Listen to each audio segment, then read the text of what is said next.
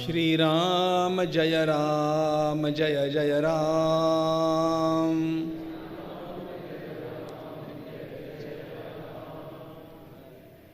श्री राम जय जय राम।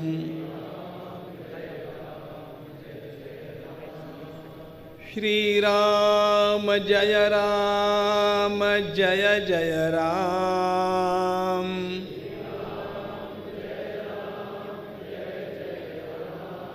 श्री राम जय जय राम।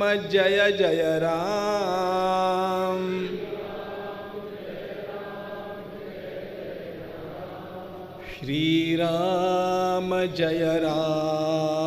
जय जय राम। श्री राम जय जय राम। श्री राम जय जय राम।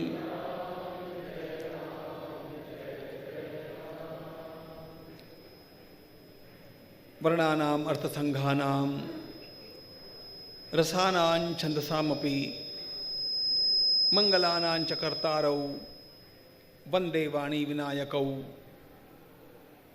नमामि सद्गुरुं शांतं सच्चिदानंद विग्रहं पूर्ण ब्रह्म परानंदम ईशमानंदी वल्लभम।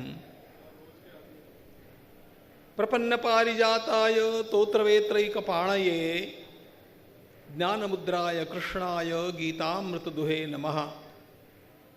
माधुर्य रसकल्लोलां शिवशक्त्यैकरूपिणीं अमृतानुभवार्थाय वंदे ज्ञानेशनंदिनीं।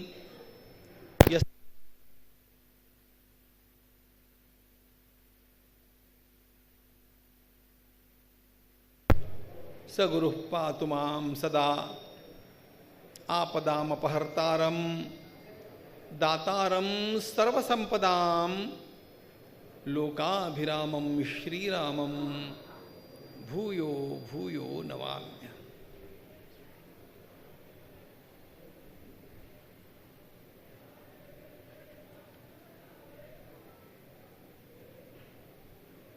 सबसे पहले मैं भाग्यनगर के लोगों का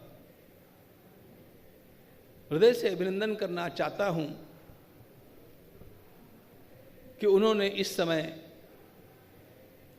भगवे का परचम लहरा दिया।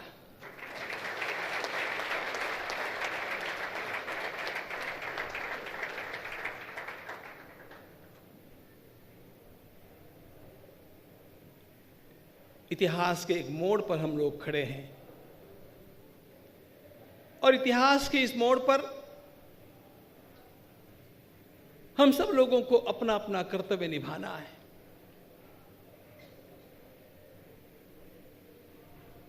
जिस कार्य को लेकर के हम चले हैं उस कार्य की पवित्रता स्वयं सिद्ध है और आज जहां पर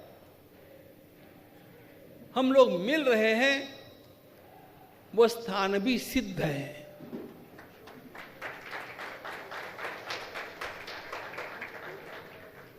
क्योंकि कुछ सोच करके आने वाले लोग भी अपनी दान राशि को यहां पर दुगनी कर देते हैं अपने आप।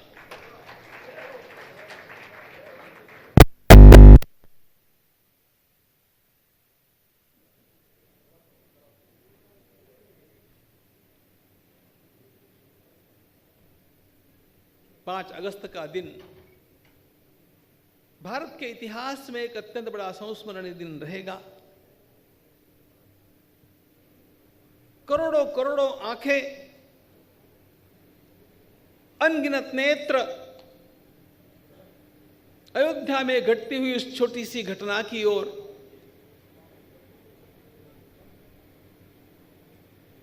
अपलक देख रहे थे।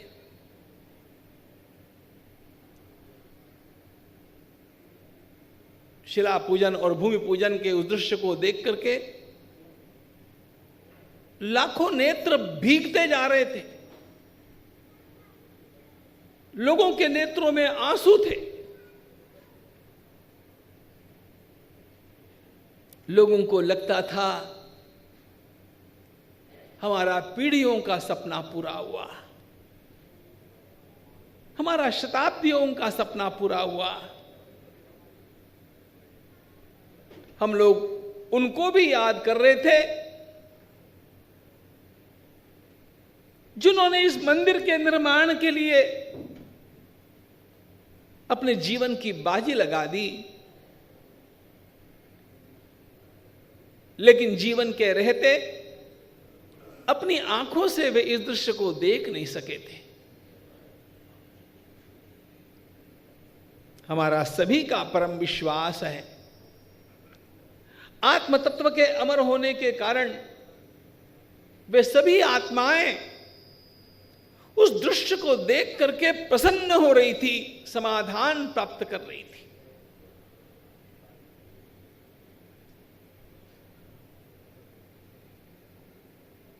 यह केवल एक मंदिर का शिला पूजन नहीं था, यह एक राम मंदिर का भूमि पूजन नहीं था। भगवान श्री राम के मंदिर हमारे देश में स्थान स्थान पर है, अनगिनत है और होने चाहिए। अब तो विदेशों में भी है, होने चाहिए। और इन समस्त मंदिरों में हमारी परम आस्था है, हम उन्हें श्रद्धा भाव से ही देखते हैं। लेकिन वे सारे राम मंदिर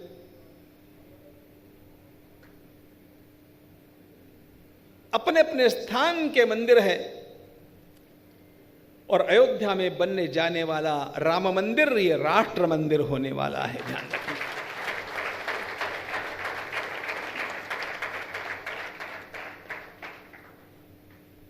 देश का कोई कोना ऐसा नहीं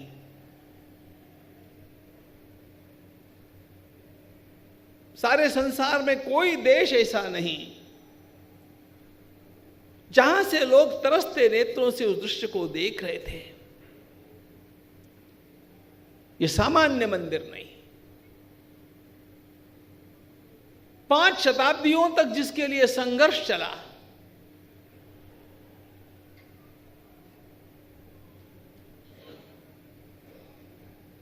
कम नहीं 79 बार वहां पर युद्ध हुआ। 3 लाख से अधिक लोगों ने अपने जीवन को वहां पर अर्पण कर दिया। सारे संसार के इतिहास में ऐसा किसी मंदिर का इतिहास नहीं है।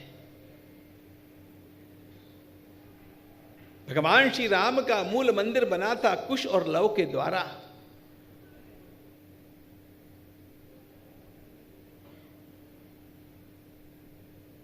कुश भगवान श्री राम के ज्येष्ठ पुत्र थे, लव कनिष्ठ पुत्र थे। उन्होंने मंदिर का निर्माण किया। सरजू की धारा में अनेक बार आने वाली बाढ़ों के कारण वह मंदिर क्षतिग्रस्त हो गया।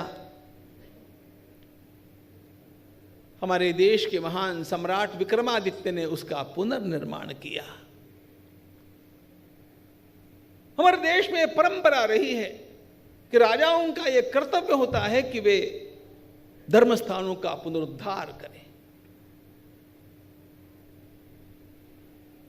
अरे हमारे मंदिर राष्ट्रीय एकात्मता के प्रतीक है।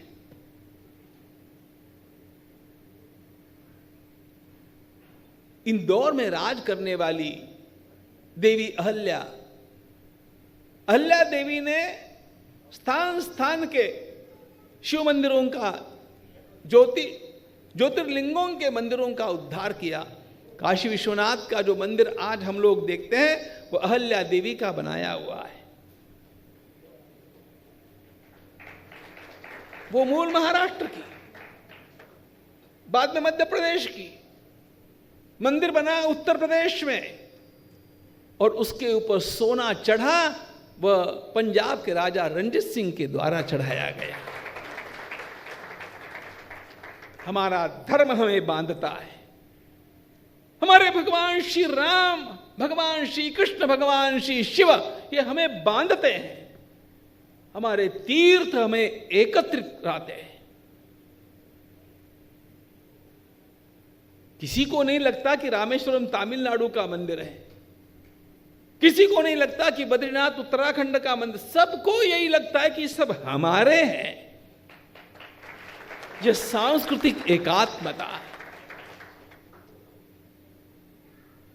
हमारे धर्म प्राण समाज का यह सबसे बड़ा धन है, वैभव है। और इस वैभव का शिरोमणि कोहिनूर भगवान श्री राम का मंदिर है। विक्रमादित्य के द्वारा बनाए गए उस मंदिर को इस देश के ऊपर आक्रमण करने वाले बाबर के सेनापति मीर बाकी ने ध्वस्त किया। वह दिन था 26 मार्च ईसवी सन 1528। सहजता से नहीं हुआ ये। उस समय भी 13 बार युद्ध हुआ। पुनः पुनः उस स्थान को अपने कब्जे में लेने का प्रयास किया गया, क्योंकि सारे हिंदू जनमानस का प्राण वहां पर अटका हुआ था। लेकिन अंततो गत्वा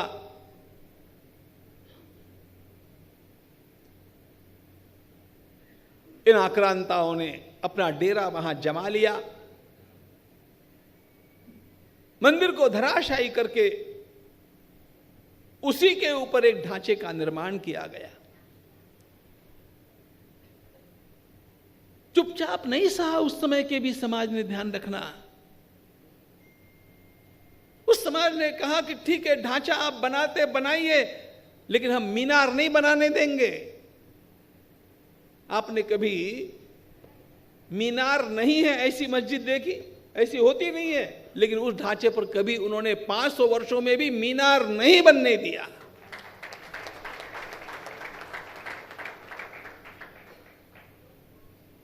उनस्सी युद्ध वहां पर हुए। 3 लाख से अधिक लोग वहां पर आत्मार्पण किए। नागा साधुओं की पलटन, सन्यासियों की पलटने, बैरागियों की पलटने, क्षत्रियों की पलटने, पंडितों की पलटने। एक बार तो जयराज कुमारी नाम की महारानी ने 3000 महिलाओं की सेना खड़ी की। हमारे देश में केवल एक झांसी की रानी नहीं हुई, ध्यान रखना। 3000 महिलाओं की सेना लेकर के उसने धावा बोला। वे सब की सब वीरांगनाएं वहां पर वीरगति को प्राप्त हुई, लेकिन अपना नाम अमर करके गई। यह संघर्ष चलता रहा। पिछले 30 वर्षों का इतिहास तो हमारी आंखों के सामने का इतिहास हम लोगों ने देखा है। कितना भीषण दृश्य रहा वह, जब कार सेवकों के ऊपर गोली चलाई गई।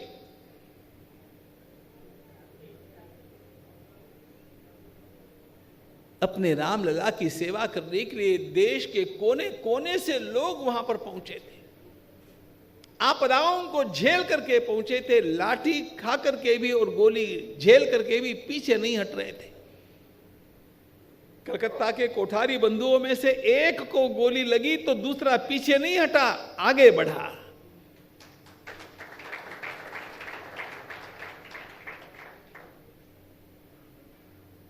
यह सब क्यों हो रहा था? इतना बलिदान, इतना संघर्ष, इतने कष्ट झेलने का कारण क्या था?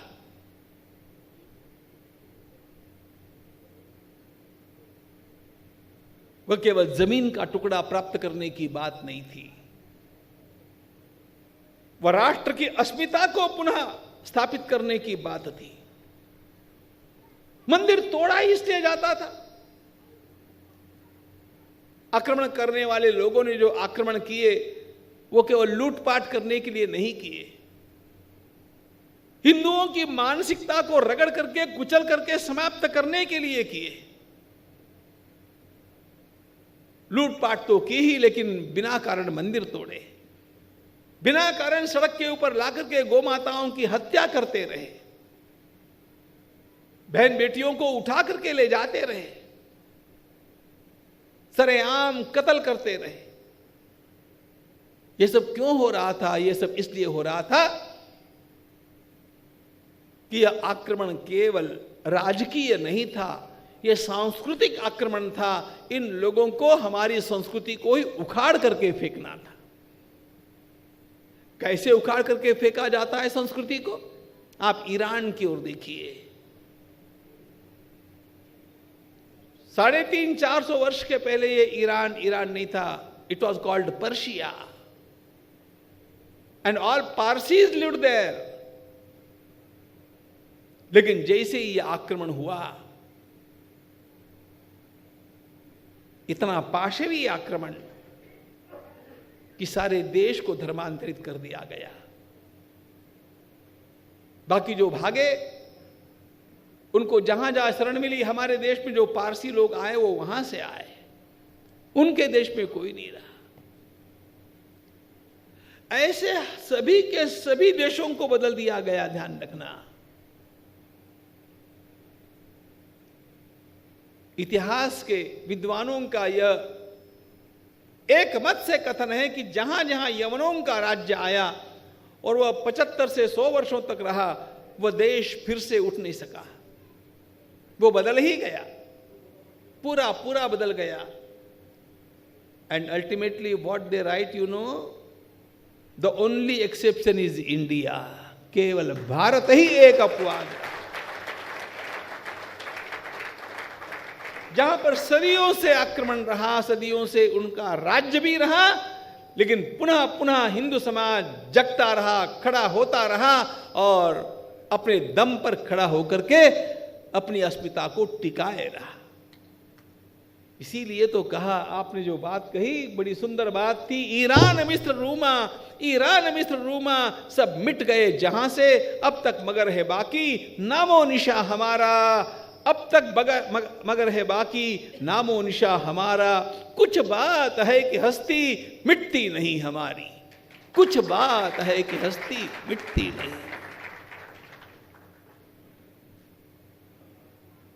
नहीं मिटेगी। वो कुछ बात कौन सी बात है? वो बात है धर्मनिष्ठा।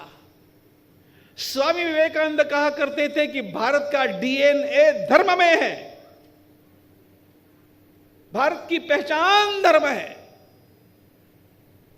यहां का आदमी भूखा रहेगा, यहां का आदमी नंगा रहेगा, यहां का आदमी तकलीफ पाएगा, लेकिन वह अपने धर्म से प्यार करेगा, अपने आराध्य देवता से प्रेम।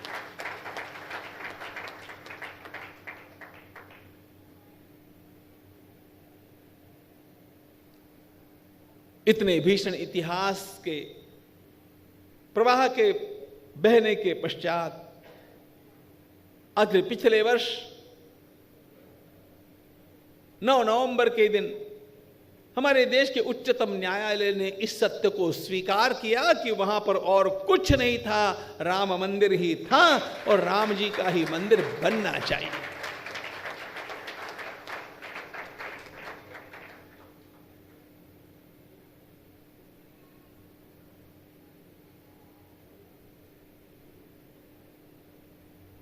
इस सत्य को पुनः साकार करने के लिए जो शासन के द्वारा न्यास बनाया गया, उसमें कोषाध्यक्ष के रूप में सेवा करने की आज्ञा मुझे हुई।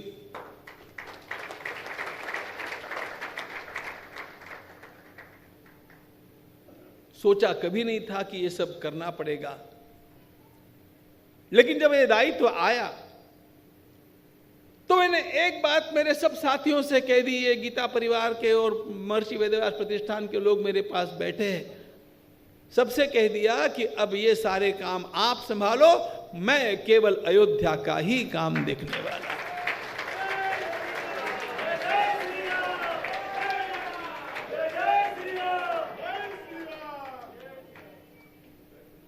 क्योंकि बंधुओं,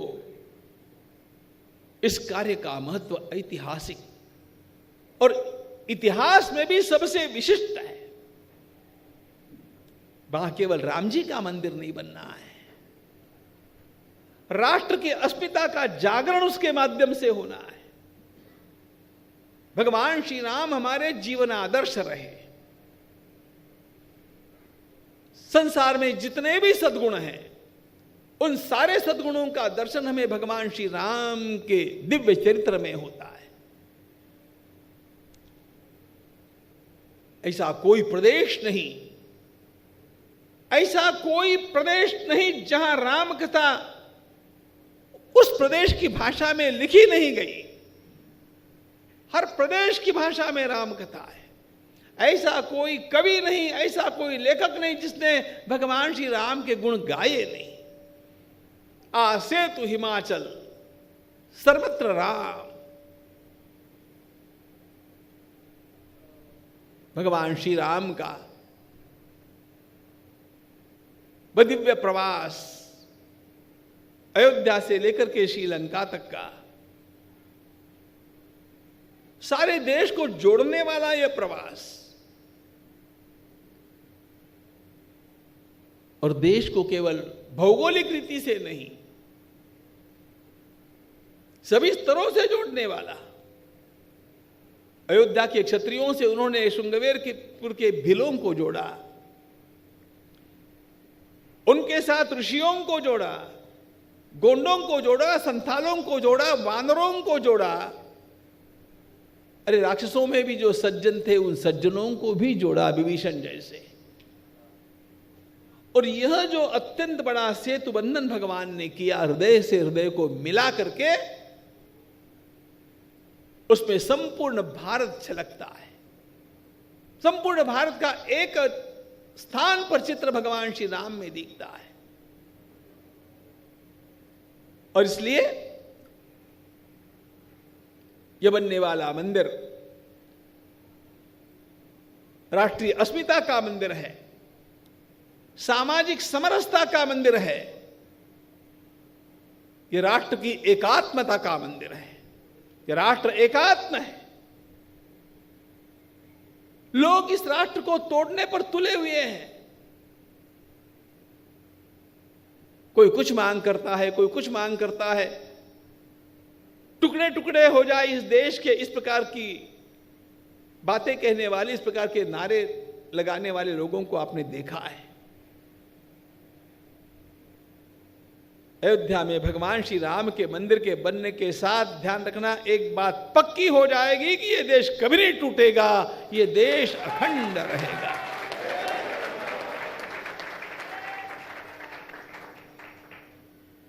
और इसीलिए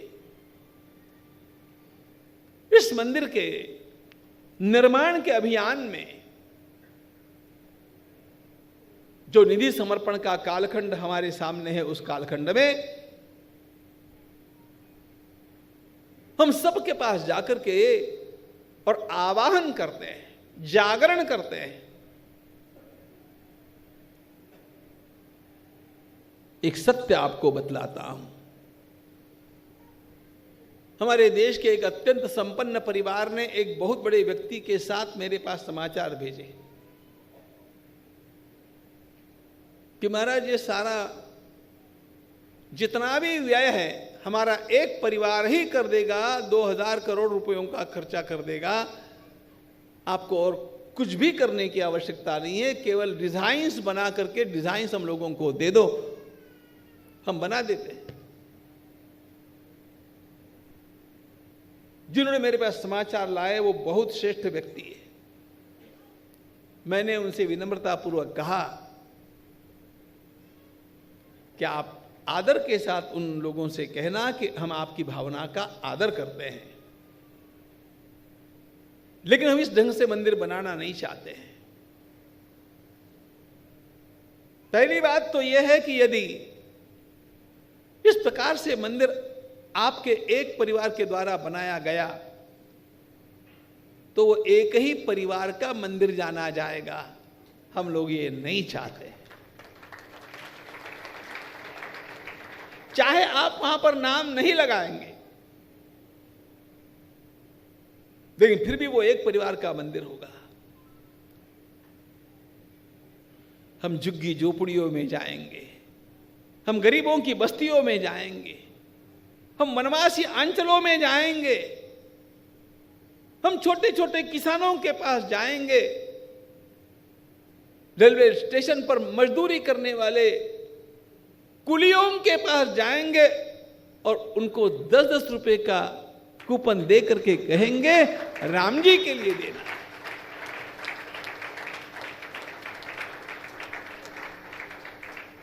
सबको ये लगना चाहिए कि इस मंदिर के निर्माण में मेरा भी कहीं योगदान है, मेरी कोई सेवा है।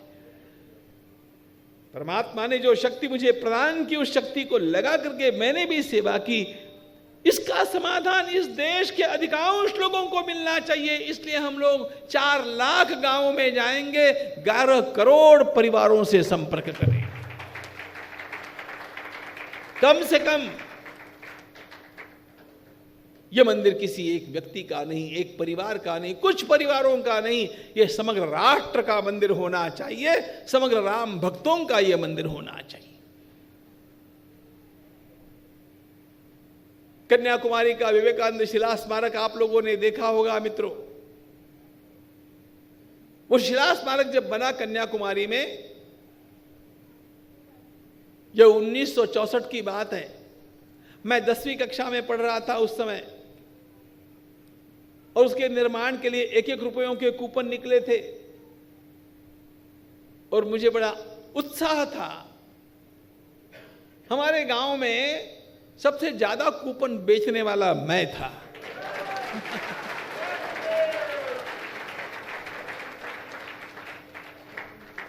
लोग मुझसे वैसे भी बचपन से प्रेम करते थे, गांव के लोग, क्योंकि हमारे घर में भागवत की परंपरा रही थी। मुझे सब लोग जानते थे।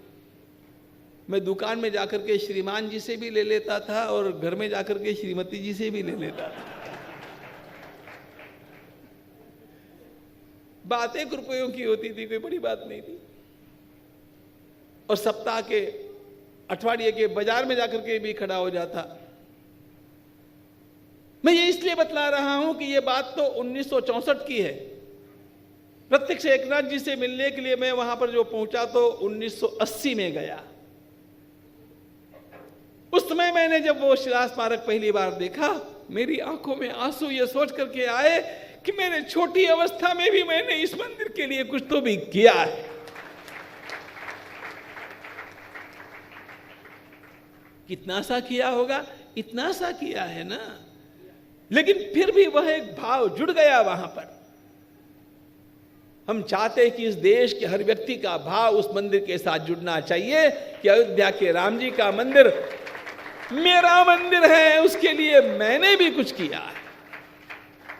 यह समाधान हर व्यक्ति को प्राप्त होना चाहिए। हनुमान जी की शक्ति से सेवा करेंगे, लेकिन एक छोटी गिलहरी उसकी शक्ति से सेवा करेगी। लेकिन हम जब सेतु बंधन की लीला को पढ़ते हैं तो गिलहरी को भी याद करते हैं ना। कितने थोड़े से बालू के कण ला करके वो डालती थी। बालू के कण कम हो गए, लेकिन भक्ति में कमी नहीं थी। हमारा 10 रुपया देने वाला भी भक्ति में कमी नहीं रखता है, ध्यान रखना। कोई 1000 रुपए का कूपन लेगा, कोई 100 रुपयों का लेगा, कोई 10 रुपयों का लेगा। हमें नोट नहीं चाहिए मित्रों, हमें उसका हृदय चाहिए। और ये असंख्य हृदयों का सेतु जब बनेगा और असंख्य हृदयों से आई हुई सेवा से जब मंदिर बनेगा तो वह अभेद्य राम मंदिर होगा, अभेद्य राष्ट्र मंदिर होगा। हम इस राष्ट्र को अजेय बनाना चाहते हैं। जो भी आवे इस देश को कुचले, जो भी आवे इस देश को डरावे। इस देश के लोग इतने सज्जन रहे, कहीं पर भी लूटपाट करने के लिए नहीं गए। इतिहास साक्षी है, भारत के लोगों ने कहीं पर जाकर के आक्रमण नहीं किया। लेकिन ये सारे चोर डाकू आक्रमण करने के लिए यहीं पर आते थे। हमारा भारत देश सोने की चिड़िया, सोने की चिड़िया। एक बात तो सत्य बताता हूं आपको, मैं देश के सभी अंचलों में घूमा हूं, विदेशों में भी खूब घूमा हूं। अपने भारत जैसा देश संसार में कहीं पर भी नहीं।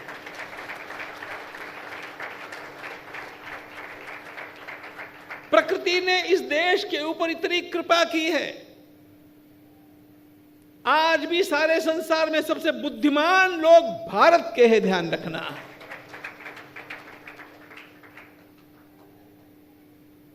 हमारे देश जैसे वैज्ञानिक कहीं पर नहीं, हमारे देश जैसे सज्जन लोग नहीं।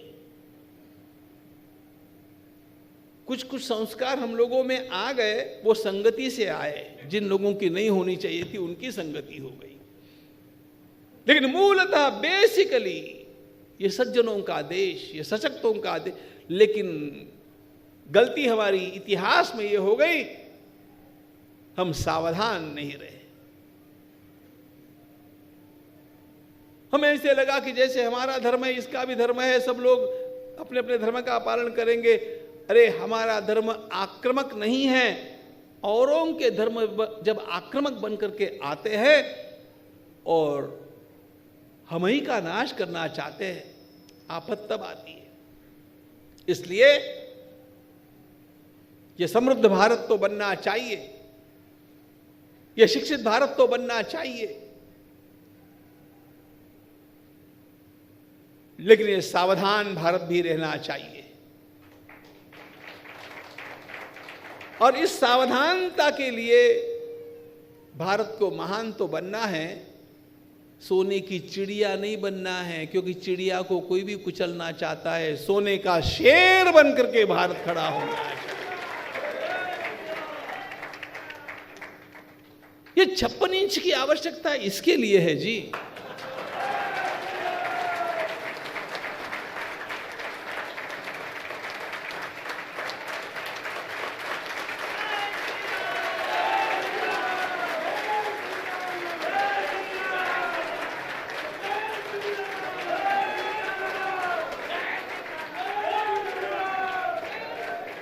जितना दबदबा इस देश का आज है, उतना दबदबा इस देश का कभी नहीं था। आज इतिहास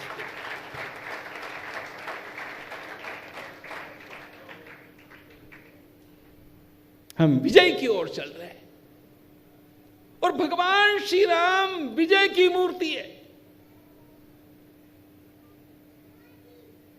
भगवान श्री राम पराक्रम की मूर्ति है, प्रतिकार की मूर्ति है। 3 से अधिक पीढ़ियों तक रावण का बोलबाला था, उसकी दहशत थी। भगवान श्री राम दक्षिण में उतरे, उनके जीवन के एक वैशिष्ट्य की ओर आपका ध्यान कभी गया?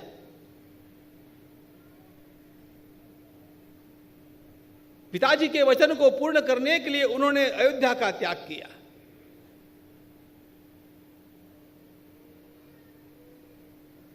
अपने अलंकारों का त्याग किया, अपने वस्त्रों का त्याग किया, अपने बालों की जटाएं बनाई, त्यागा। समय आने पर भगवती सीता जी का भी त्याग करना पड़ा। समय आने पर लक्ष्मण का भी त्याग राम कथा के अंतिम पर्व में हुआ। भगवान श्री राम ने नहीं त्यागी ऐसी एक ही वस्तु है, भगवान श्री राम ने धनुष कभी नहीं त्यागा। ध्यान रखना। कभी आपने राम जी की मूर्ति, उनकी प्रतिमा, उनकी छवि बिना धनुष की देखी है क्या? बताओ।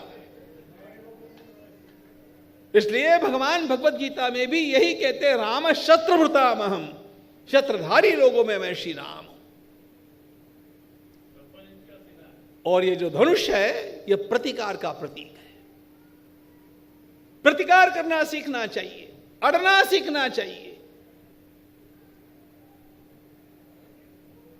ये प्रतिकार करने की क्षमता हमारी सेना में है कि नहीं?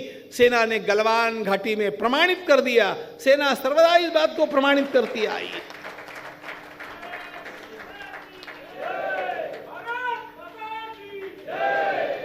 हमारे देश के वैज्ञानिकों में यह क्षमता है कि नहीं? अरे सबसे पहले वैक्सीन निकाल करके हमारे देश ने वो भी प्रमाणित कर दिया। सब कुछ है इस देश में।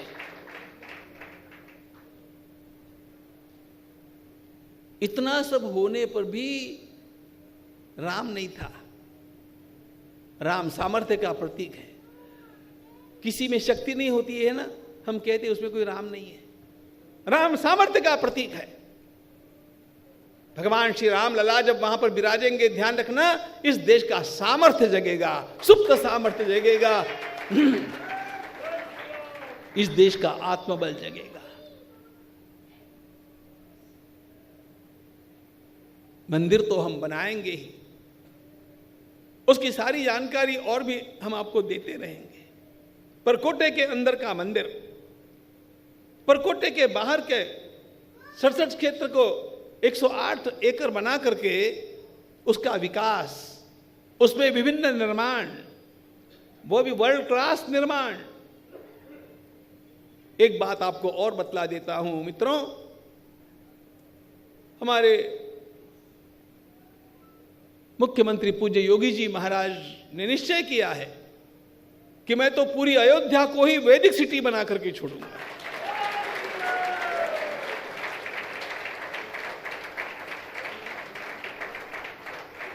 इसलिए मंदिर, मंदिर का परिसर और उसके साथ मैच होने वाली अयोध्या, यह निर्माण कार्य होना है। यह प्रोजेक्ट इतना बड़ा है, बाहर का काम शासन करेगा, मंदिर परिसर का काम हम लोगों को करना है, लेकिन इसमें तालमेल बैठा करके करना है।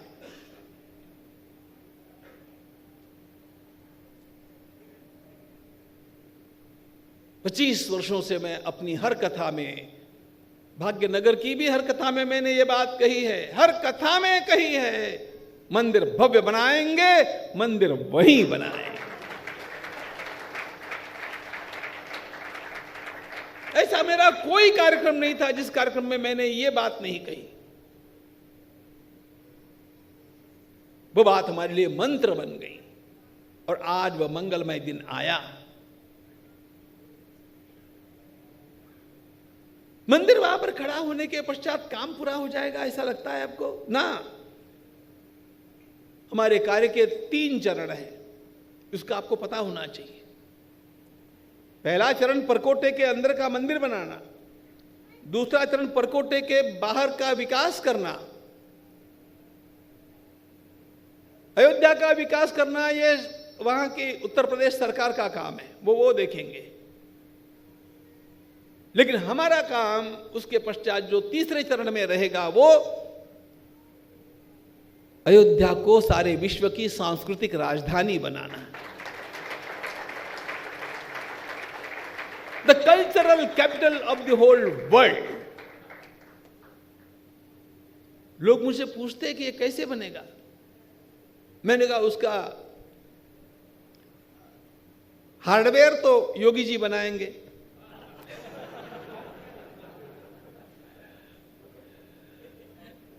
मंदिर और परकोटे के बाहर, मंदिर और परिसर के बाहर का जो निर्माण है वो सरकार करेगी। उसका सॉफ्टवेयर हम कैसे बनाएंगे आपको बतलाते हैं। हमारे देश के हर प्रदेश में राम भक्ति है, ये तो है, लेकिन हमारे देश के आसपास जो देश है, नेपाल है, भूटान है, सिक्किम है, ब्रह्मदेश है, थाईलैंड है, बांग्लादेश है, श्रीलंका है, इंडोनेशिया है, जिसको आप लोग पाकिस्तान कहते हैं वो है, अफगानिस्तान है, इन सारे के सारे प्रदेशों में भी राम भक्तों का आज भी निवास है। हम वहां के राम भक्तों के साथ संपर्क करेंगे। मुझे एक पत्रकार ने पूछा कैसे करेंगे? मैंने कहा लिसन, हर देश के 10-10 बालकों को या 25 बालकों को 1-1 महीने के लिए हम अयोध्या जी बुलाएंगे। वहां के परिवारों को मैसेज ये देंगे कि आप ऐसे कभी मत सोचना कि भारत में हमारा कौन है, भारत में आपके श्री राम राजा बैठे हैं, राजा राम आपके राजा। आप लोगों को पता है थाईलैंड में आज भी एक अयोध्या है, जो गए होंगे उनको पता है। थाईलैंड में आज भी अयोध्या है और वहां के राजा को राम कहते हैं। सभी राजाओं को राम कहते हैं। राम 1, राम 2, राम 3, अभी राम 9 काम कर रहा है। It's wonderful. इंडोनेशिया में आज भी, वो चाहे मुस्लिम राष्ट्र है, लेकिन रामलीला हरदम होती है। राम का उत्सव बहुत जोर शोर से होता है और लोग कहते हैं पूजा पद्धति बदल गई होगी, हमने अपने पूर्वज नहीं बदले हैं, राम हमारे पूर्वज थे।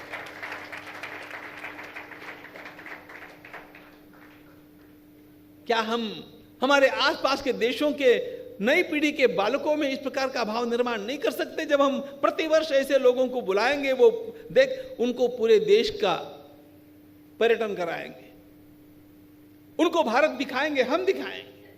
भारत देखो, आप भारत के हो, यहां की संस्कृति को समझो, प्रेम से जाओ, वहां के लोगों को ये सब बातें बताओ। ऐसे प्रतिवर्ष कुछ छात्र आते जाते रहेंगे तो अपने आप एक भाव का सेतु निर्माण होगा। राम भक्ति को सेतु बना करके हम लोग इन सब के साथ संपर्क रखेंगे। उन लोगों को लगेगा कि भारत हमारा है, श्री राम हमारे हैं।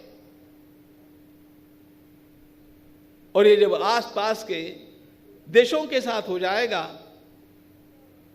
कल्चरल कैपिटल ऑफ एशिया जब बन जाएगी अयोध्या, उसके पश्चात दूर के देशों में जो राम भक्तों के बालक निवास करते हैं उनको बुलाएंगे, उनके साथ संपर्क करेंगे।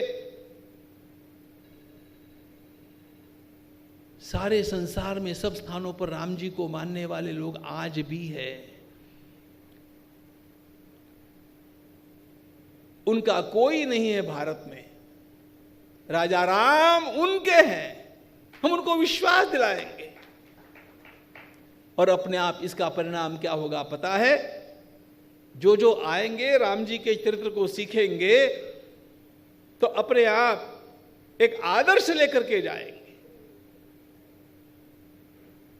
पूरे संसार में आज भारत के प्रति आकर्षण है, भारत के वेदों के प्रति आकर्षण है, उपनिषदों के प्रति, गीता के प्रति आकर्षण है। उनकी उस प्यास को बुझाने वाला कोई नहीं। सहज बात बतला देता हूं आपको, सहज।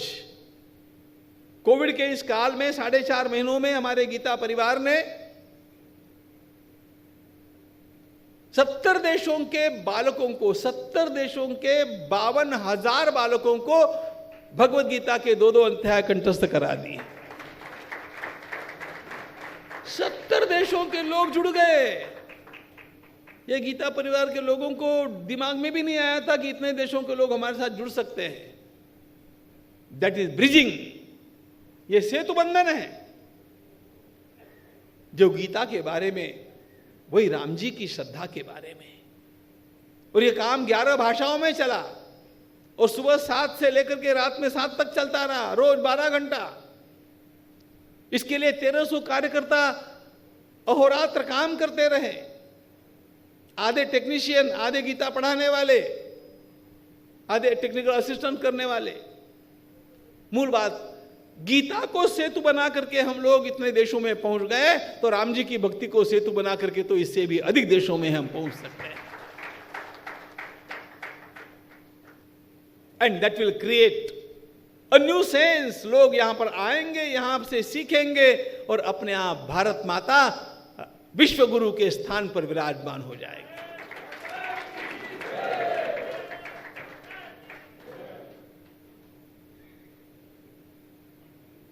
हमारे सामने इतना बड़ा मिशन है।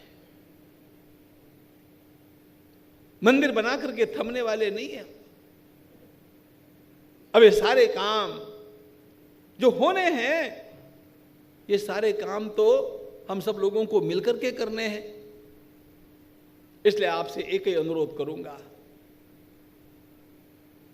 जितने लोगों ने आज दान दिया है, मैं उन सब की ओर से आपसे यह कहना चाहता हूं कि यह सब उनका दान का पहला हफ्ता है।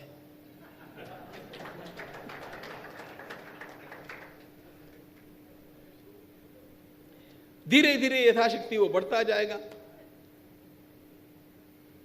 वो ऐसा कहने की आवश्यकता इसलिए भी है क्योंकि मुझे उसकी टेक्निकल डिफिकल्टीज पता है कि भाई ये सब चेक के द्वारा होगा, ये सब अकाउंटेड मनी होगा, और भाग्यनगर के लोगों को उसी में थोड़ी तकलीफ आती है, ऐसा मैंने सुना था। हाँ, तो मूल बात ऐसी है, ये तो होगा, लेकिन आप लोगों को आने वाले 15 तारीख से मकर संक्रांति से लेकर के माघ पूर्णिमा तक, 15 जनवरी से लेकर के 27 फरवरी तक का जो कालखंड निश्चित किया है, उसमें 15 दिन के लिए आप लोगों को 15 जनवरी से 31 जनवरी तक ना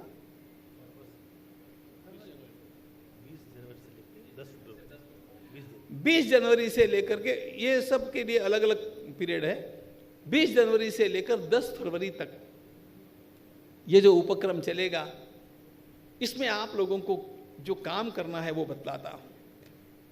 आपने जो किया बहुत अच्छा, घूम घूम करके लोगों से आपको ये काम करवाना है।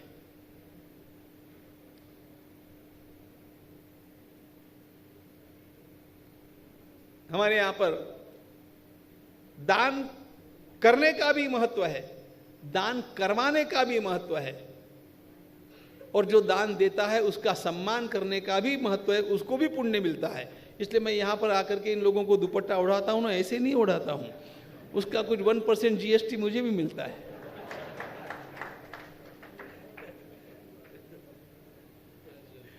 और आप जब ताली बजाते हैं ना तो आपको भी मिल जाता है।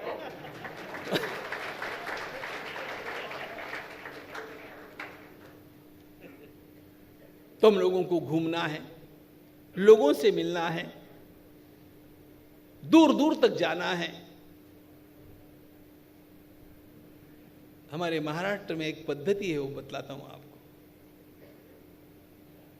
मराठवाड़ा नाम का जो क्षेत्र है, उस क्षेत्र में कुछ समाज ऐसा है जो जीवन में एक बार तो भी वनवास का व्रत लेता है। ये वनवास का व्रत क्या है? वो लोग राम जी की कथा का आरंभ करते हैं और स्वयं 14 दिनों के लिए वनवासी बन जाते हैं। भगवान ने 14 वर्षों का वनवास झेला, प्रतीकात्मक उसकी याद में भगवान के जैसा वनवासी बनने के अब इनको वलकल कहां से मिलेंगे? तो जूट के कपड़े पहनते हैं, भिक्षा मांग करके खाते हैं, जमीन के ऊपर सोते हैं, 14 दिनों तक घर पर लौट करके नहीं आते हैं। और जब लौट करके आते हैं तो जैसे राम जी का स्वागत हुआ था अयोध्या जी लौटने के बाद में, वैसा उनका लोग स्वागत करते हैं। मेरे मन में एक कल्पना आई कि राम जी के मंदिर के लिए जो कार्यकर्ता चलेंगे ना, उनको कम से कम 14 दिन तो अपने इस कार्य के लिए प्रदान कर देने चाहिए। घर का खाना और काम केवल राम जी का ही करना, दिन रात वह काम।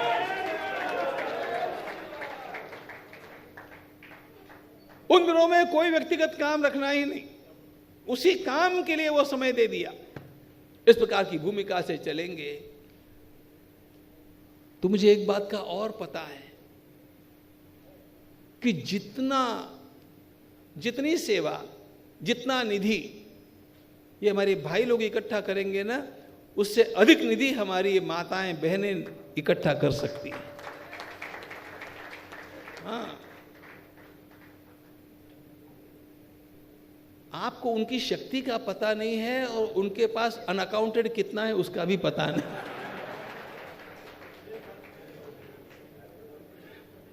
वो केवल एक बार पता चल गया था एक्सीडेंटली, जब नोट बंद हो गए थे तब। तो नोटबंदी के समय तो जबरदस्ती हो गया, अब स्वेच्छा से कुछ भगवान श्री राम के लिए करना। एक बात ध्यान रखना, भगवान श्री राम किसी का ऋण अपने ऊपर रखते नहीं है।